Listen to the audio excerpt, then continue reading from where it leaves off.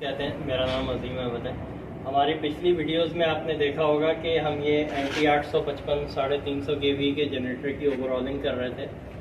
Basically हम लोगों ने पहले इसकी जो है वो नोज़लों की टॉर्किंग की थी, क्योंकि धुएं की बहुत ज़्यादा शिकायत थी। उसके बाद क्लाइंट ने हमें कहा था कि इसका ऑयल भी चेंज करें। तो जब हमने इसका ऑयल खोला ना यहाँ से, तो पहले पानी आ रहा था, उसके बाद इंजन ऑयल आना शुरू हुआ था। तो हमने फिर क्लाइंट को बताया कि भाई ये इंजन पूरा खुल के प्रेशर टेस्टिंग होगी, इसका सारा सामान चेक किया जाएगा, उसके बाद फिर इंजन को वापसी बंद किया जाएगा। तो जब हमने खोला तो सबसे पहले हेड का प्रेशर टेस्ट कराया था। तो हेड में जो नोज़लों की ट्यूबें होती हैं वो 4 ट्यूबें लीक थी, जिसमें से फिर हमने 6 की 6 नई ट्यूबें डाल के दोबारा प्रेशर टेस्ट करा के इसको हेड को ओके किया था। फिर ये इसके लाइनर खोले थे हमने, तो लाइनर के अंदर ये आप देखें ये पिन होल आना शुरू हो गए। तो ये अंदर से कटा हुआ तो नहीं है, लेकिन जंग के निशान है, ये चल जाता। लेकिन 3-4 महीने बाद ये सुराख जो है ना पूरे आर पार होते। फिर पिस्टन जब वैक्यूम करता है ना, तो ये रेडिएटर का पानी इसमें दोबारा आना शुरू कर देता।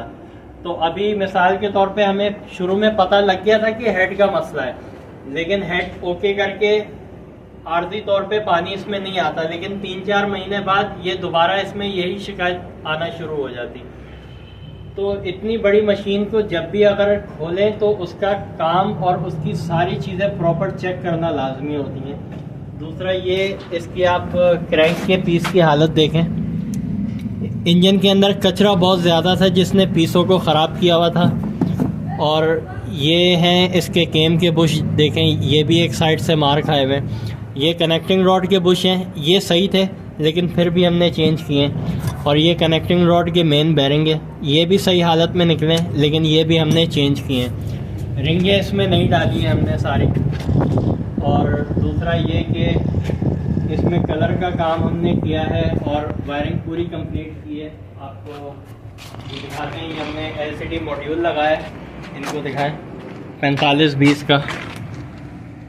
और ये पूरी वायरिंग आप देखें बिल्कुल जेन्युइन तरीके से हमने की है।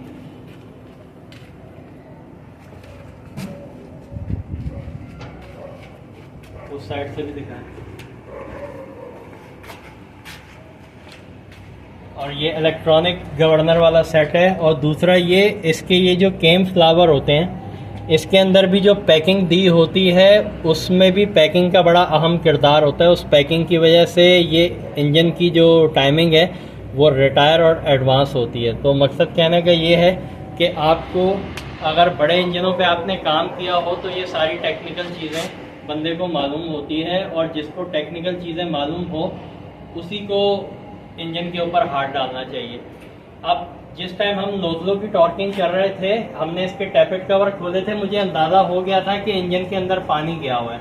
लेकिन हम पहले से ही अगर क्लाइंट को सजेस्ट करते हैं तो बाद औक़ात ऐसा होता है कि क्लाइंट के दिल में भी बदगुमानी आ जाती है कि वो कहता है कि यार पता नहीं अपने पैसे बनाने के चक्कर में हमारा पूरा इंजन खुलवाएगा। लेकिन हमने पूरे प्रोसीजर के साथ इसको खोला है और हमारी कोशिश पूरी यही थी कि नोज़ल टॉर्क करने पे मशीन ओके हो जाए, और हो भी गई थी, धुआं ख़त्म हो गया था।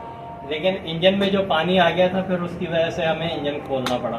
तो आइए अब इसको स्टार्ट करके आपको दिखाते हैं और लोड भी चेक करवाते हैं आपको।